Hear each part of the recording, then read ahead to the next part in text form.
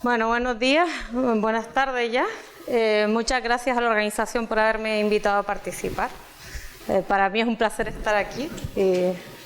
Bueno, esta primera diapositiva es simplemente para situar un poco al ICME dentro de lo que sería el PEVOLCA, el Plan Especial y el asesoramiento durante la emergencia. Nosotros formamos parte del comité científico, pero además tenemos en el ICME una unidad, llamamos Unidad de Respuesta Geológica de Emergencia, que está formada por personal del antiguo área de riesgos. Ahora estamos incluidos dentro del CSIC y ha cambiado un poco la cosa, pero bueno, que todos los que estábamos integrados dentro de la antigua área de riesgos estábamos dentro de esta unidad, que su función es simplemente asesorar e intervenir durante emergencias geológicas, ¿vale? Esta unidad se activó el 14 de septiembre, antes de la erupción, y bueno, a partir de ahí pues ya nos desplazamos a La Palma. El día 17 de septiembre ya estábamos en La Palma, porque desde la Dirección General de Seguridad y Emergencias nos solicitaron hacer un estudio no relacionado directamente con el riesgo volcánico directo, como son pues esos productos que se emiten durante la erupción, sino con un riesgo volcánico indirecto, que son los desprendimientos, ¿vale? Había mucha sismicidad y durante la erupción del Hierro se vio que la sismicidad podía provocar desprendimientos generalizados, ¿no? Entonces, bueno, tenía esa preocupación y por eso estábamos ahí cuando la erupción empezó. La URGE, tenemos experiencia, sobre todo a nivel 3 en emergencias, colaborando con la UME en simulacros. Justo antes de la pandemia se iba a realizar uno en Canarias, en el que se producía una erupción volcánica y además había un terremoto, y en Gran Canaria incluso habíamos metido un pequeño tsunami asociado a un desprendimiento. Pero empezó la pandemia y obviamente la UME se tuvo que dedicar a otra cosa y se canceló el simulacro, ¿no? Pero toda la preparación de ese simulacro nos vino muy bien para conocer quién era quién, para saber qué hacía cada uno, porque igual los investigadores estamos en nuestro mundo de investigación, pero hay muchas instituciones, muchos organismos que intervienen en una emergencia y es fundamental saber qué hace cada uno y estar en su sitio y tener la disposición para colaborar. He subrayado aquí también en rojo los eventos que han sido en Canarias y quiero resaltar no la erupción, sino este desprendimiento, el desprendimiento de Argaga en La Gomera. Tenemos un proyecto de ciencia ciudadana que lo que hemos creado es un observatorio de desprendimientos en Canarias. Los desprendimientos son muy comunes en las Islas Canarias porque son islas que tienen relieves muy pronunciados, ¿no?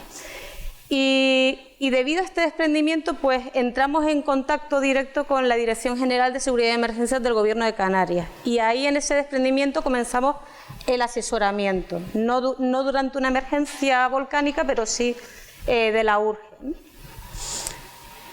Bueno, además hemos participado en algunas misiones en el extranjero a través del mecanismo de protección civil, el mecanismo europeo de protección civil. Durante la emergencia de La Palma, pues ha sido muy interesante y muy útil todo el trabajo que se ha hecho de observaciones aéreas. Ha sido como el boom de los drones. Había momentos en los que había más drones en el aire que personas en tierra, prácticamente. La gestión ha sido, bueno, desde la OMS se hizo durante una parte de la emergencia la gestión de los vuelos y demás, vamos, fue impresionante la cantidad de drones y drones piratas. Entonces, esta herramienta nos ha permitido tener información visual durante prácticamente toda la erupción. Todas las mañanas se hacía un vuelo para ver cuál era el estado del volcán, de las lavas, qué lavas estaban más activas, cómo se iban moviendo, qué geometría tenía el cono volcánico. Y todas las mañanas, en la primera reunión que había de coordinación de medios, se ponía un vídeo, ese vídeo que se sacaba por la mañana, para que los medios que se coordinaban desde seguridad de emergencia se pudiesen distribuir de alguna manera y tuviesen conocimiento de cómo estaba el tema, ¿no? Además, en el comité científico también se mostraba el vídeo y en el comité director. Los drones también nos han sido muy útiles para las alertas. La población estaba muy sensibilizada con muchos temas, asustada en algunos casos, y a veces llamaban pues informando de que su puerta estaba caliente y que si le iba a salir un centro de emisión ahí, la lava y tal. Entonces íbamos y con los drones podíamos hacer un mapa térmico de la zona, ver que no pasaba nada, se les tranquilizaba y demás. También se ha hecho una labor, pues eso, de comunicación y de hacer intentar entender a las personas que estaban sufriendo la catástrofe a qué estaban expuestos y qué era lo que estaba pasando, ¿no? Bueno, esto no lo voy a leer, pero simplemente es para decir que todos esos puntos son los que voy a desarrollar ahora y que la monitorización geológica se basa principalmente en la observación, o sea, observación ya sea a través de aire, como comentaba con los drones, el mar, que hemos colaborado con el IEO, con el Instituto Español de Oceanografía, y en tierra, ¿no? Obviamente. Los laboratorios, hemos trabajado desde los laboratorios del ICME y en colaboración con la Complutense y la Rey Juan Carlos, y en gabinete donde se hace todo el tratamiento de datos y la interpretación de los datos que se van recopilando. Primero quiero hablar de la activación de Copérnicus. Yo creo que todo el mundo que ha estado en relación, que ha oído algo de la erupción de La Palma, ha oído hablar de Copérnicus. Copérnicus es un programa de la Unión Europea que lo que hace es observar la Tierra, principalmente desde satélite, pero también lo hacen con sensores en tierra, ¿no? Y esto, la activación se hace a través de Protección Civil, pero la podemos solicitar nosotros. Entonces nosotros el día 14 de septiembre, antes de que comenzara la erupción, solicitamos a través de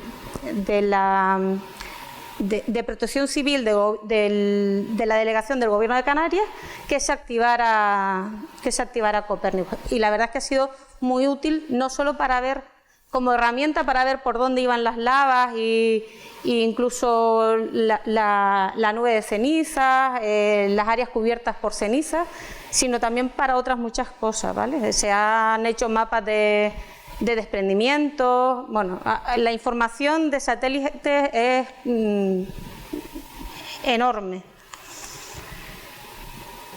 El 19 de septiembre comenzó la erupción. A ver, Fernanda.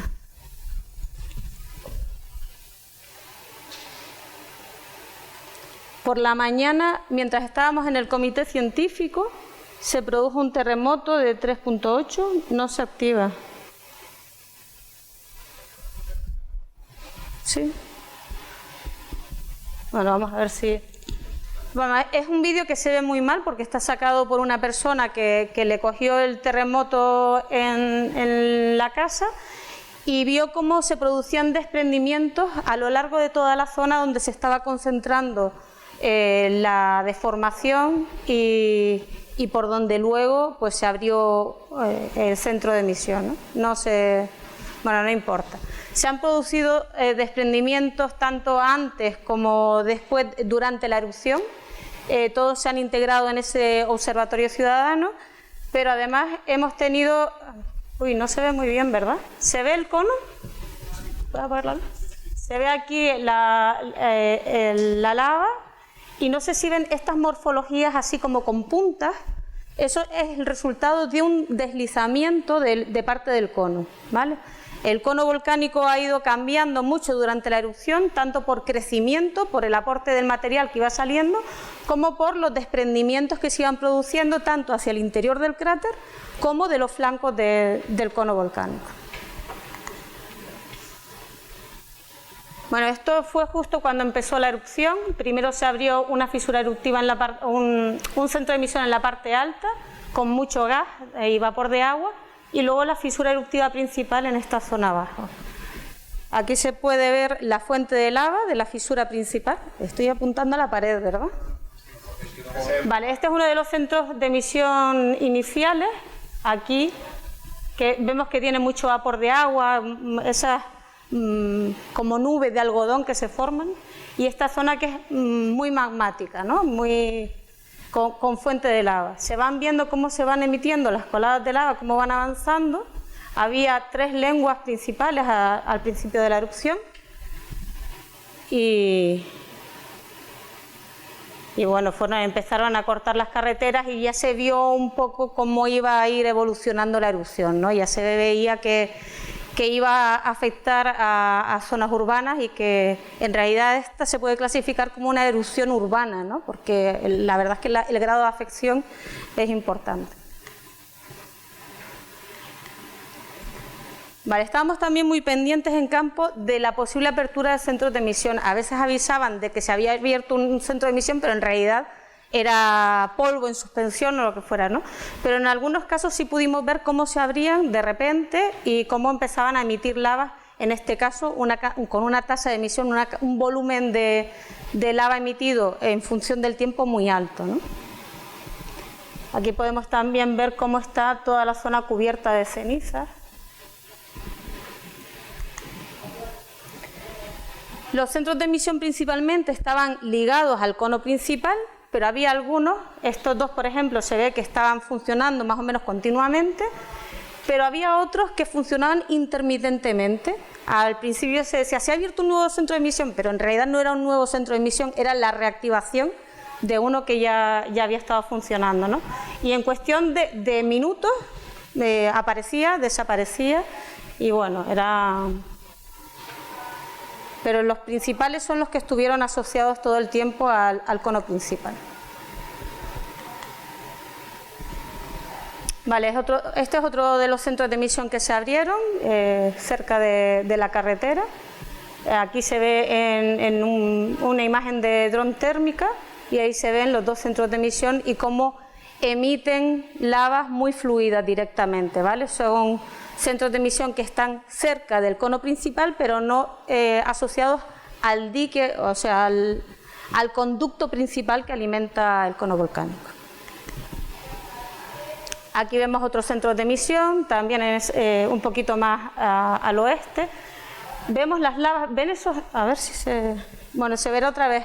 En ese río de lava hay una zona que se ven más incandescentes, más amarillas. Todos esos puntos son centros de emisión que están siendo cubiertos por las lavas que vienen de arriba. O sea, el magma está saliendo también por ahí, pero está cubierto por la lava, ¿no? Entonces, es impresionante cómo están, la mayoría están alineados y tienen un control estructural muy importante. Bueno, todas estas imágenes nos servían para ver qué zonas se debían evacuar, porque las lavas estaban dirigiéndose hacia ellas, ¿no? O también durante la emergencia había acompañamientos a los propietarios de las viviendas para recoger enseres, para poder recuperar documentos o cosas que fueran importantes de sus viviendas. Y en esos casos también, por ejemplo, cuando estaban en alguna zona, les avisábamos, la colada va a cortar la carretera tal, tienen que ir saliendo o tienen que ir por otra zona, ¿no? Era una cosa muy dinámica. Bueno, el estilo eruptivo dentro de la erupción, se habla de una erupción típicamente estromboliana, es una erupción en la que tenemos un conducto por el que asciende el magma y dentro de ese conducto se va formando una gran burbuja de gas que al llegar a la superficie se rompe y toda esa lava que estaba rodeando la burbuja se fragmenta, se rompen en trocitos y lo que tenemos son esos trozos de esos piroclastos, ¿no? Bombas o lapilli, en Canarias le llamamos picón o roce, pero bueno, son partículas de lava rotas, fragmentadas en trocitos. Pero sí es verdad que desde los centros de emisión también se pueden emitir coladas de lava e incluso de la zona baja del volcán. ¿Por qué tenemos esa dinámica en la zona alta más gas, o sea, que nos rompe la lava y en la parte baja una emisión de lava más fluida, que no nos forma un cono volcánico? Pues porque el gas va subiendo a través de ese conducto y se va ampliando esa burbuja, pero en la parte baja sale la lava que ya está más desgasificada, que no tiene capacidad para formar esas grandes burbujas. Entonces, normalmente en las erupciones estrombolianas pasa eso. Tenemos emisión de bombas y piroclastos en la parte alta, una parte más explosiva, dentro de la baja explosividad que tienen estas erupciones, y luego una parte fusiva en la zona baja. Pero el estilo eruptivo cambió mucho durante la erupción, ¿vale? Normalmente, cuando estudiamos las erupciones históricas, tenemos la foto final de la erupción. O sea, vemos el volcán, vemos las lavas, pero no vemos lo que ha pasado antes, ¿no? Y aquí nos ha permitido darnos cuenta de que nos estamos perdiendo mucha información, ¿vale? Esta sería la erupción típicamente estromboliana. Todos estos puntitos incandescentes serían esos fragmentos de lava. Aquí tendríamos mucho más gas en la lava. Podríamos hablar de una erupción estromboliana violenta. Las columnas eruptivas son mucho más altas. Esta nube así de color rosáceo, esta está desenfocada, ¿verdad? Bueno, esta nube de color rosáceo que aparece ahí es una explosión hidromagmática, en el sentido de que hay agua del acuífero que entra dentro del conducto, y eso es como cuando nos cae agua dentro de una sartén con aceite. El agua de repente se evapora y salta, ¿no? Pues aquí pasaría lo mismo. Y ese color rosáceo es porque al expandirse el gas, rompe todo lo que hay alrededor del conducto volcánico. En este caso había un cono antiguo que tenía un color rojizo, y por eso al fragmentar, al pulverizar ese cono antiguo, tenemos ese color rosado. Y además estas cenizas que se depositaron después son un nivel guía muy bueno cuando estudiamos la cronoestratigrafía. O sea, cuando estudiamos los depósitos de cenizas, este nivel nos sirve de guía a lo largo de toda la isla.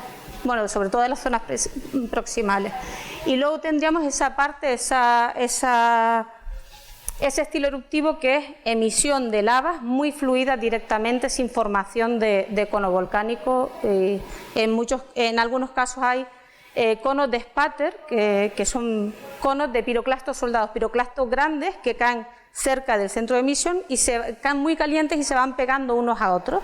Entonces lo que forman es un pequeño cono, pero que no tiene nada que ver con los conos de piroclastos de picón, como el cono principal de la erupción. Bueno, esto es un ejemplo de lo que decía. Esto es la salida de un tubo volcánico. Vemos que va arrastrando la lava algunos trozos de lo que tiene alrededor, de la lava que ya está solidificada, y vemos que es como agua, es una lava muy, muy fluida y que normalmente pues se mueven a velocidades mucho más rápidas que las lavas que son menos fluidas, más viscosas. Eso sería sin gas. Esto sería con más gas. Ya tenemos ese jet de lava que va expulsando piroclastos alrededor. En algunos momentos se ve alguna bomba. La verdad es que tenía vídeos mejores, pero no lo he encontrado. O sea, tendríamos cuando no tenemos gas, que tendríamos un poquito más de gas, y esta parte es cuando tenemos mucho más gas, ¿vale? Este gas, en este caso, viene pues eso, del calentamiento del agua que está en los acuíferos cercanos al centro de emisión. Hay una imagen muy parecida del volcán San Juan a esta, o sea, es impresionante cómo esto es un reflejo del Teneguía, del San Juan y de varias erupciones en Canarias. Bueno, y luego el cono volcánico ha ido cambiando mucho durante la erupción, y eso ha repercutido en que las lavas salían por distintos sitios.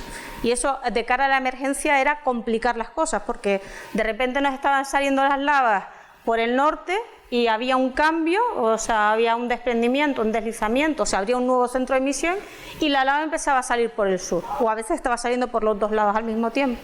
Entonces, toda esa dinámica de cambios en la morfología del cono volcánico pues dificultan bastante lo que es la gestión de la emergencia. Durante la erupción pues proporcionamos con los vuelos de dron se pudieron hacer ortofotogrametrías, pequeños modelos digitales de elevación del cono en algunos momentos, y se veía cómo iba cambiando la topografía, ¿no? de esta superficie inicial a este cono volcánico que tenía, pues si aquí estamos a unos 900 metros hasta más de 1000, o sea, habíamos ganado más de 100 metros de altura. Se podía calcular volumen. Todos estos datos se iban proporcionando al PVOLCA y a seguridad de emergencia. Bueno, también con imágenes de satélite se podía ver algunos cambios dentro del cono volcánico, de las lavas. Era muy interesante para el estudio de las lavas los vuelos de dron, porque nos permitían tener con las imágenes térmicas qué flujos estaban más activos, o sea, que nos podían empezar a dar problemas porque se iban moviendo más rápido, y tener la imagen óptica, ¿no?, al mismo tiempo. Aquí, por ejemplo, vemos que la imagen óptica no nos da ninguna información porque se ve toda la superficie de la colada en negro, pero la térmica sí nos está diciendo por dónde está fluyendo principalmente la lava. Desde el principio de la erupción empezamos a hacer una cartografía, bueno, esto es de las fases finales, pero de cómo iba avanzando la colada. Primero una pequeña, luego se iba extendiendo. Carmen ha mostrado esta mañana un mapa con esa ampliación de superficie, de la superficie cubierta por las lavas, y la verdad es que ha sido de bastante utilidad, y comparando esto con las imágenes de Copérnicus, nos dan informaciones ligeramente diferentes, porque Copérnicus es teníamos imágenes unos días, otros no, porque no había calidad para sacar la imagen o estaba nublado, y sin embargo con esto teníamos cambios en la cartografía que podía ser desde los vuelos de la mañana, entre el vuelo de la mañana y el vuelo de la tarde teníamos dos cartografías diferentes, y permite muy bien ver cómo han ido avanzando las lavas. También se han ido cartografiando los centros de emisión, ¿vale? Y además de los centros de emisión asociados al cono principal, que estarían aquí, esta sería la fisura eruptiva principal, se fueron abriendo hacia el final de la erupción, a finales de noviembre y a principios de diciembre, unos centros de emisión en la zona sur, ¿vale?, que tenían una dirección diferente a la de la fisura principal y estaban pues a distancia. Si esto es 1 kilómetro, vemos que llegaron pues a más de 2 kilómetros de distancia de lo que sería el cono principal. A todo esto no hubo una sismicidad, una deformación que nos permitiese pronosticar que esos centros de emisión se iban a abrir, ¿no? Y eso son cosas que hay que ir mejorando de cara a futuras erupciones. Bueno, para el estudio de las lavas, la verdad es que la colaboración con la UME fue fundamental. Con ellos se recogieron muestras, se midió temperatura, se hicieron algunos experimentos con un láser para medir la composición de las lavas in situ. Estos voy a poner dos ejemplos de cómo se iban estudiando las lavas para dar información, ¿no? Con la imagen térmica veíamos que, por ejemplo, este flujo estaba muy activo, ¿vale? Pues este flujo y que eran los más activos, se monitorizaban, y en campo la UME, bomberos, Policía Nacional, había muchos organismos e instituciones que se dedicaban a ir viendo cómo avanzaban esas coladas y a calcular la velocidad de avance. La velocidad de avance era muy variable porque depende de muchos factores, ¿vale? De la lava, de la temperatura de la lava que está saliendo desde el centro de emisión y puede estar empujando desde dentro ese flujo, de la topografía, bueno, de distintos parámetros.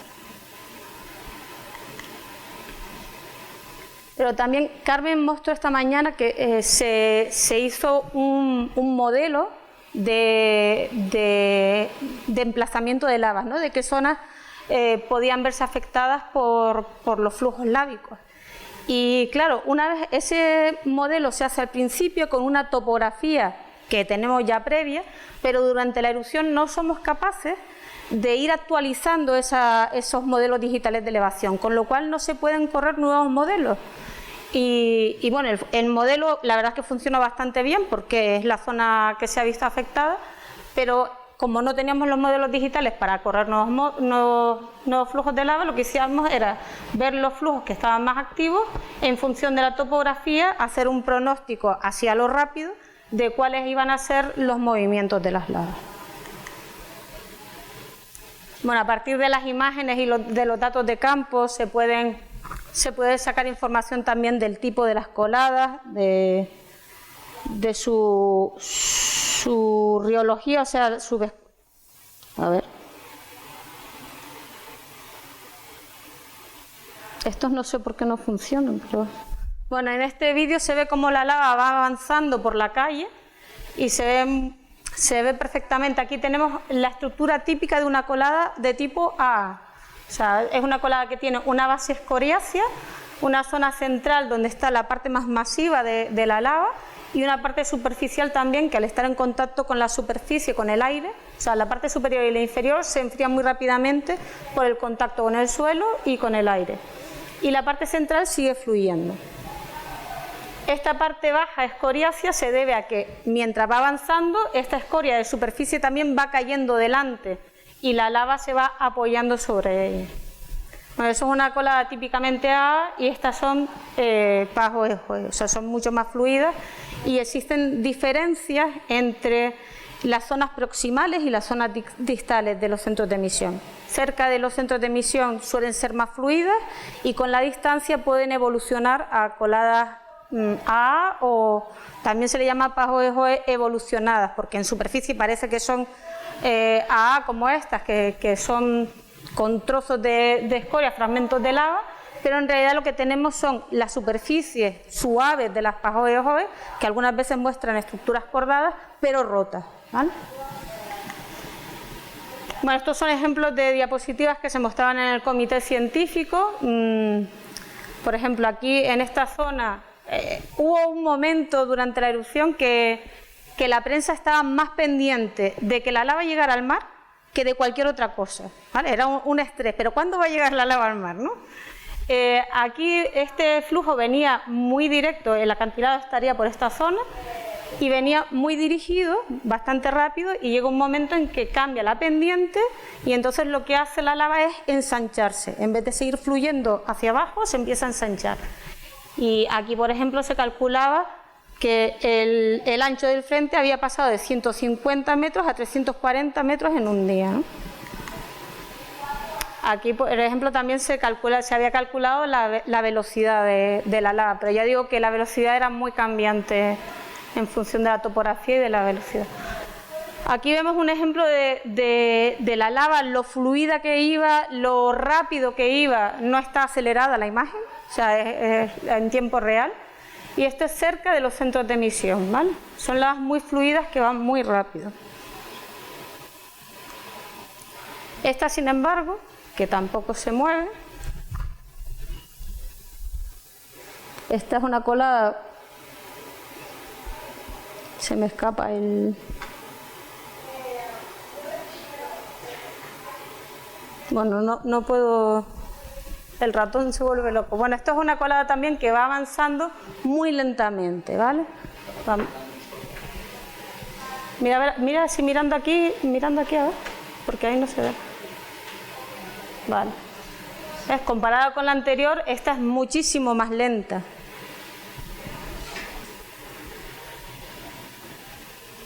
También está en una zona más distal, más lejos de los centros de emisión. Cuando la lava llegó al mar por primera vez, pues fue muy interesante. Yo creo que además es la primera vez que se ve la formación de un delta lávico desde el principio, con lavas que no son muy fluidas como las de Hawái. El mecanismo de formación es diferente. Se ve como la lava se va rompiendo en pequeñas bolas que van acumulándose en la base del acantilado. Aquí estaría el mar, aquí es el borde de una pequeña playita que había y esto es el acantilado, ¿vale? El borde del acantilado. Y se va suavizando lo que es la ladera. El acantilado era casi vertical y lo que va haciendo esta acumulación es suavizar la pendiente hasta que llega un momento en que la lava ya puede fluir como una cortina de agua, como una cascada de lava, y empieza a fluir ya directamente, ¿no? No solo rompiéndose, sino como un flujo normal de lava. Aquí, una vez la lava llega al borde de la playa, se va extendiendo. A ver, ahora lo explico. Estos son distintos tipos de cartografía que se iban haciendo durante la erupción, ya sea la ortofotogrametría, en la que se podían ver qué zonas estaban más activas por la producción de gas, ¿no? De la interacción de la lava caliente con el agua de mar, el área ocupada, qué zonas estaban, los distintos lóbulos, ¿no? de actividad. Esto es una imagen Sentinel de satélite en la que también se puede cartografiar a partir de esta lo que sería la zona que había ocupado en ese momento la lava en el delta lábico y calcular pues su extensión, ¿no? Y aquí, por ejemplo, tenemos una imagen del delta lábico. Cuando se forman esas rampas y la lava llega al borde, a la orilla del mar, lo que hace es seguir moviéndose si hay una plataforma somera, ¿vale? Debajo del agua tenemos una zona más o menos plana o ligeramente inclinada mar adentro y se va apoyando sobre esa zona y se va extendiendo. Pero llega un momento en que la plataforma desaparece y lo que tenemos son cañones submarinos. Aumenta mucho la pendiente en la batimetría y lo que hace la lava es seguir fluyendo. En algunos momentos se veía en la zona alta actividad, pero en muchos casos se veía que estaba todo cubierto por una corteza de lava fría, pero seguía creciendo por debajo. O sea, el delta lábico seguía siendo alimentado y iba creciendo bajo el mar, sin verlo en superficie. Bueno, esto es una ortofoto también de otro momento. La toma de muestras de lava, esa foto está repetida, pero bueno, lo que hacíamos en algunos casos era coger la muestra y enfriarla para podernosla llevar, porque si no era imposible, o sea, podía estar a 1140 grados, fue lo máximo que medimos nosotros, ¿vale? Y en otros casos la cogíamos y la llevábamos a un sitio cerca de la colada, bueno, que no estuviese demasiado cerca de la colada por si quedaba cubierta y no la podíamos recuperar, pero la dejábamos que se enfriara y la recogíamos al día siguiente. Bueno, estas son imágenes del robot submarino que tienen en el IEO. Estuvimos haciendo un muestreo con ellos. Aquí se ve, estas son las lavas almohadilladas. Cuando la lava se mete debajo del mar, lo que hace es que va formando, se enfría muy rápidamente y forma como unas pelotas, ¿vale? Y esas pelotas, esas bolas, tienen un empuje por detrás de la lava que viene detrás. Entonces la lava la rompe y forma otra pelota y va formando así como dedos, ¿no? A ver si se...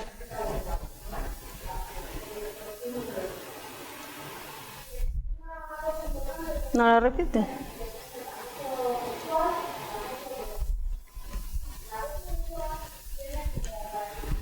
Vale, vemos aquí esto, por ejemplo, sería uno de esos dedos y de aquí pues pudimos coger una muestra, pero vemos que tienen esas fracturas que se forman al enfriarse bruscamente. Y esto es la muestra vista en superficie, es un vidrio, la parte exterior es un vidrio volcánico, ¿vale? Bueno, durante la erupción y sobre todo ahora después de la erupción se están haciendo análisis petrológicos y geoquímicos de las lavas y bueno, esto lo estamos haciendo en colaboración con la Universidad Complutense y con la Unidad Rey Juan Carlos y bueno, durante la erupción salían cosas interesantes ya, pequeños cambios que nos hablaban de modificaciones en el magma que estaba ascendiendo.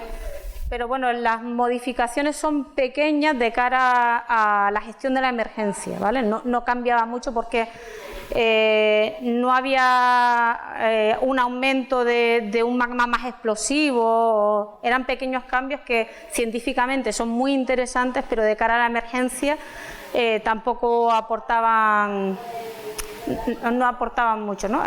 Lo que aportaban era que esto no estaba cambiando demasiado, que ya es bastante. Bueno, luego también hemos estado estudiando los piroclastos. Los piroclastos es esa lava que sale y se fragmenta, ¿no? Se rompe y podemos tener tamaños desde bloques desde varios metros, bombas volcánicas a tamaños de ceniza muy finita, ¿vale? De menos de 2 milímetros. Aquí podemos ver la columna eruptiva, cómo está arrastrada por el viento que vendría de aquí y estira todo ese vapor y esas cenizas y el gas que está emitiendo el volcán suben en vertical y el viento las arrastra lateralmente. Los vientos en Canarias tienen una dirección principal, vienen los vientos del alisio, ¿no? Los alisios que tienen una dirección del noreste y eso la verdad es que ha influido bastante. Algunos días cambió y la dispersión fue distinta, pero esos vientos han controlado bastante la dispersión de la ceniza. Esto es un campo de bombas volcánicas Es espectacular porque se ve como un paisaje lunar. Este paisaje se ha perdido ya, no lo podemos ver en la actualidad así, pues debido al viento, a la lluvia y a que los científicos también, pues muchos hemos caminado por ahí para coger muestras y demás y se pierde. Aquí, por ejemplo, se ven algunas huellas, ¿no? Pero estas no son huellas de personas, si vemos son punto, punto, punto, punto. Estos son las huellas de las propias bombas que al caer seguían moviéndose, rodando, ¿no? sobre el piroclasto. Y a esto le llamamos cráteres de impacto, ¿vale? Tenemos la bomba, estaría en la zona central y esto sería la huella que deja al caer, ¿no? del impacto, como los meteoritos pero en pequeñito. Vale, la dispersión de piroclastos es muy grande. Nosotros hemos estado trabajando hasta 40 personas en La Palma del ICME, pero claro, en el campo podíamos estar 4 o 6 personas al mismo tiempo. Y no podíamos llegar para hacer un muestreo de las cenizas en toda la isla, y menos en otras islas, que también hemos recogido muestras de otras islas gracias a la colaboración ciudadana, ¿no? Montamos un proyecto así muy rápido que le llamamos Operación Cenicienta, porque los compañeros cuando venían de hacer el muestreo venían como Cenicienta antes de ponerse el zapato, antes de ver a la hada madrina, ¿no? Venían completamente llenos de ceniza. Y la verdad es que ha funcionado bastante bien. Nos han enviado más de 400 muestras durante toda la erupción. Algunas personas, como este chico, es un estudiante, se llama Iker, y el chico recogía todos los días en la azotea de su casa una muestra siguiendo toda la metodología, o sea, un científico en potencia.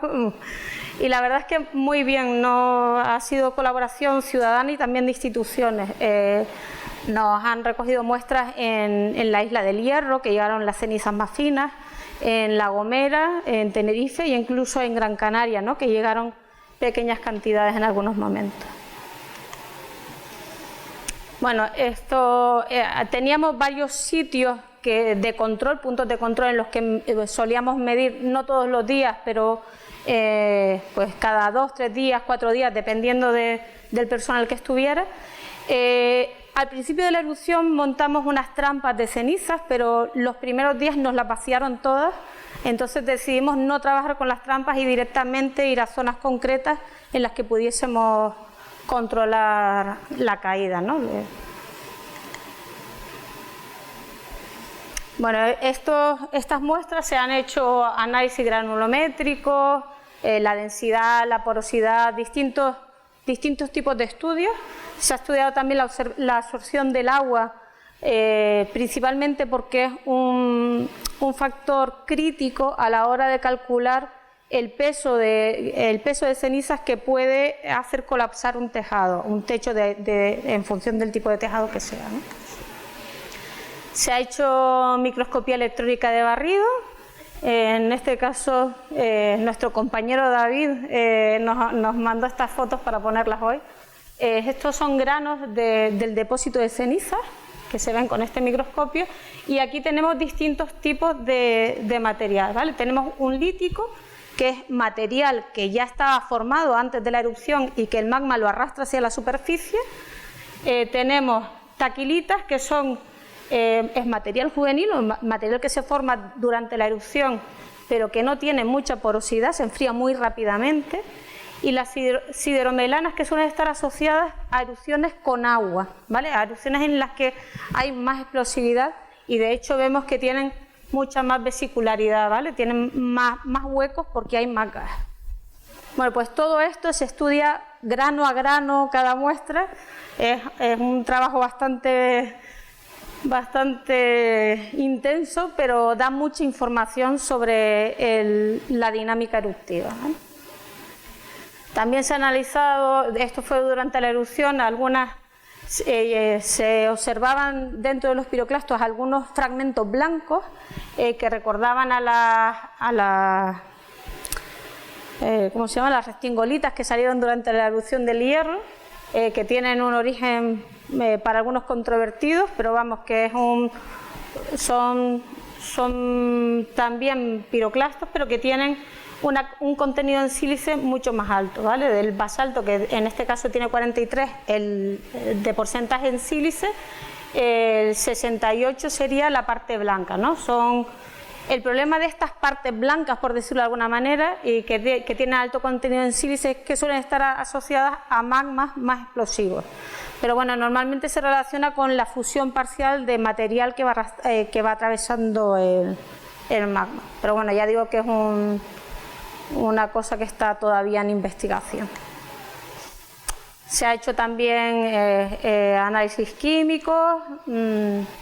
Y otra cosa que comentaba también Nemesio antes, que es el estudio del lixiviado, que él comentaba para el estudio de la dinámica de la columna eruptiva y de la dispersión de cenizas.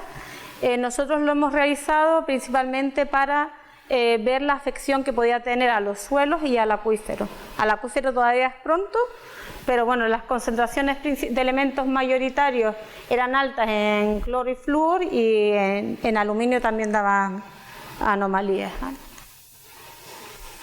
Esto es un análisis también con el SEM, con el microscopio de barrido electrónico, que nos da pues también que esos elementos también se veían adheridos en el material adherido a la ceniza, también eran importantes. Bueno, esto por ejemplo es uno de los puntos de control.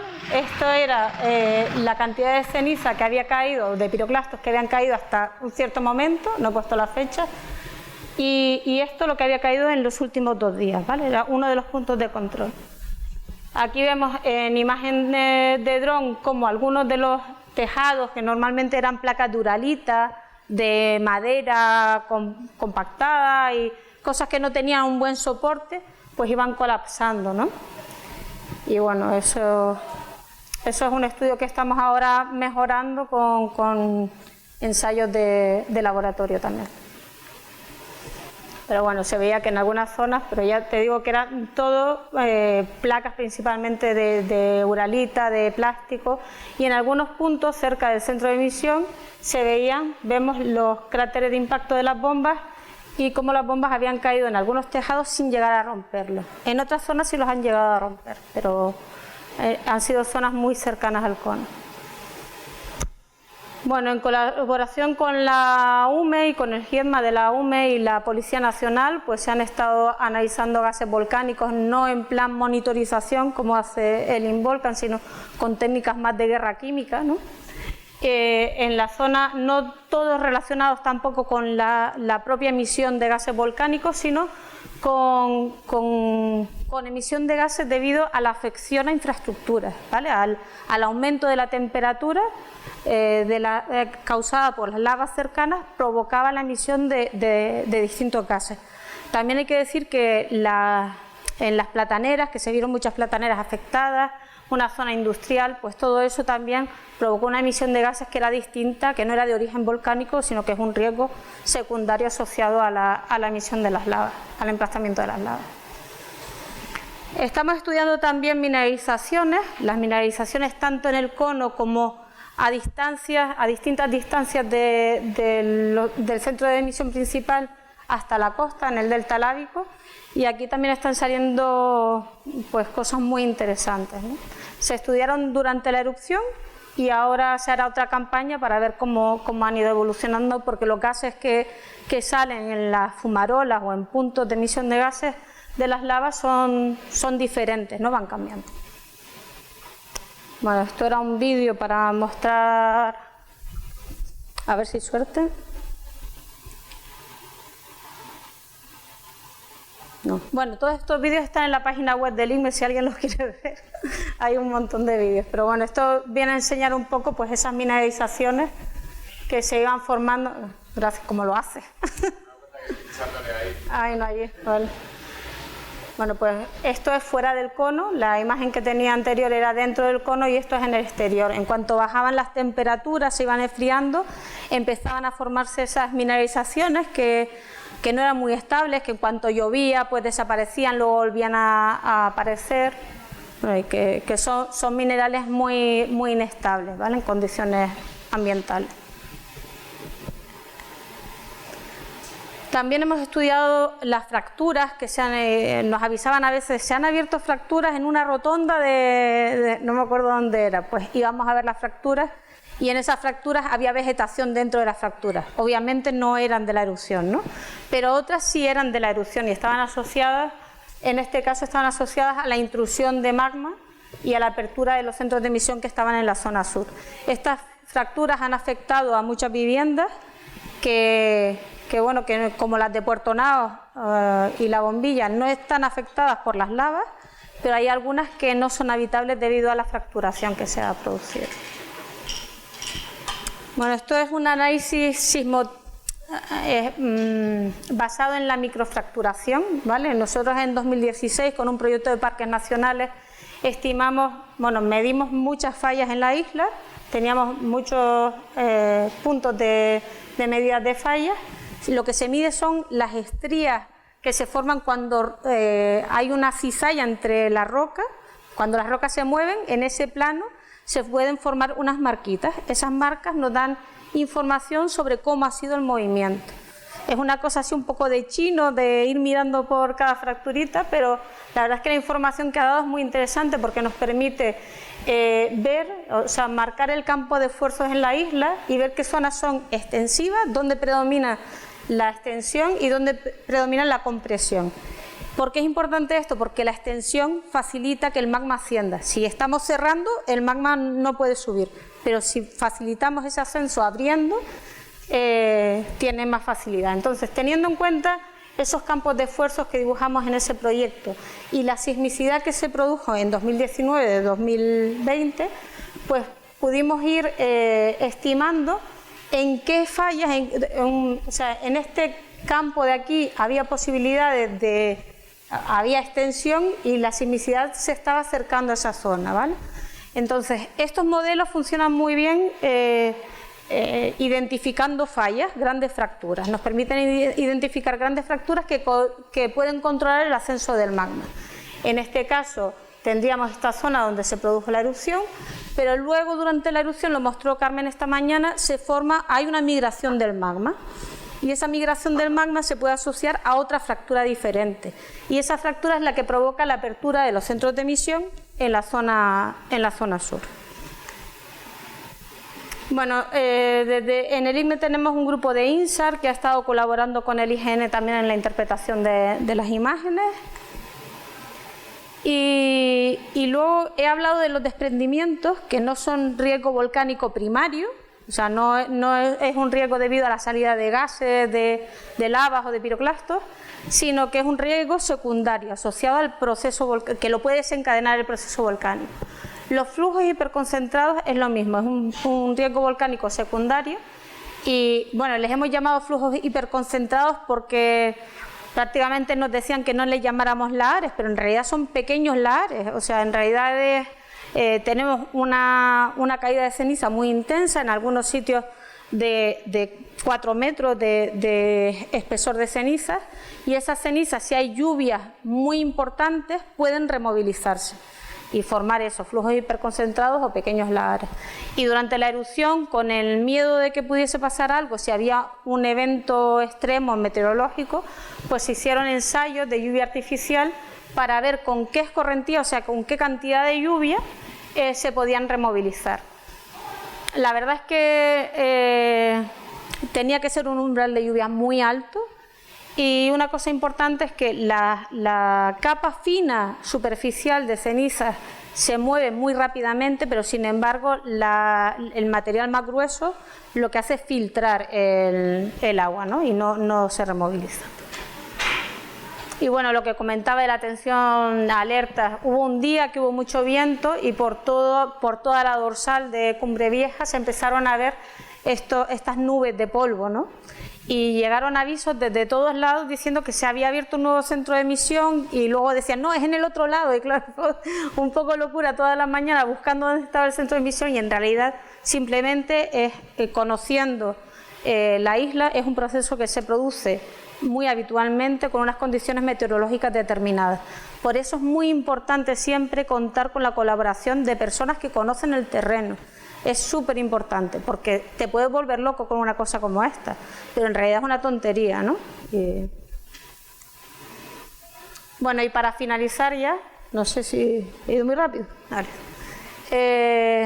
Esto no es monitorización de la erupción, pero es una cosa muy importante, que es la monitorización del patrimonio geológico. Hemos tenido una erupción y ahora lo que tenemos en La Palma, aunque muchos palmeros todavía no pueden verlo porque están todavía viviendo un luto, ¿no?, después de lo que han sufrido, pero esto es una joya en bruto, ¿vale? Lo que es el cono volcánico, las lavas, los campos de piroclastos, es un recurso geoturístico muy importante. De hecho, ya se está explotando uno de los caminos que utilizamos para llegar al cono los científicos, que seguimos utilizando.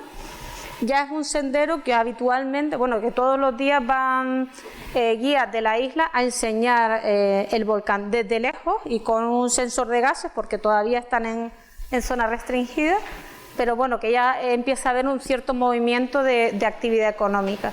Y esto es muy importante.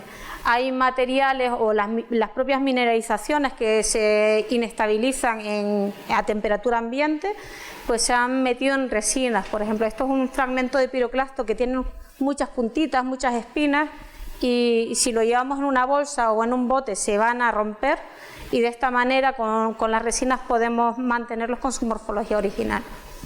Y las resinas también se han utilizado para sacar muestras. Esto es un dedo y este es otro dedo, ¿vale? Es una cosa así. Y lo que tenemos es la roca anterior a la erupción y las distintas capas de ceniza que han ido cayendo, ¿no? Y eso, una vez se han limpiado, por ejemplo, las cenizas de las zonas afectadas, pues es un recurso que tenemos no solo para ver qué es lo que pasó, sino también para poder estudiar el proceso como ha sido. Y ya está. Muchas gracias.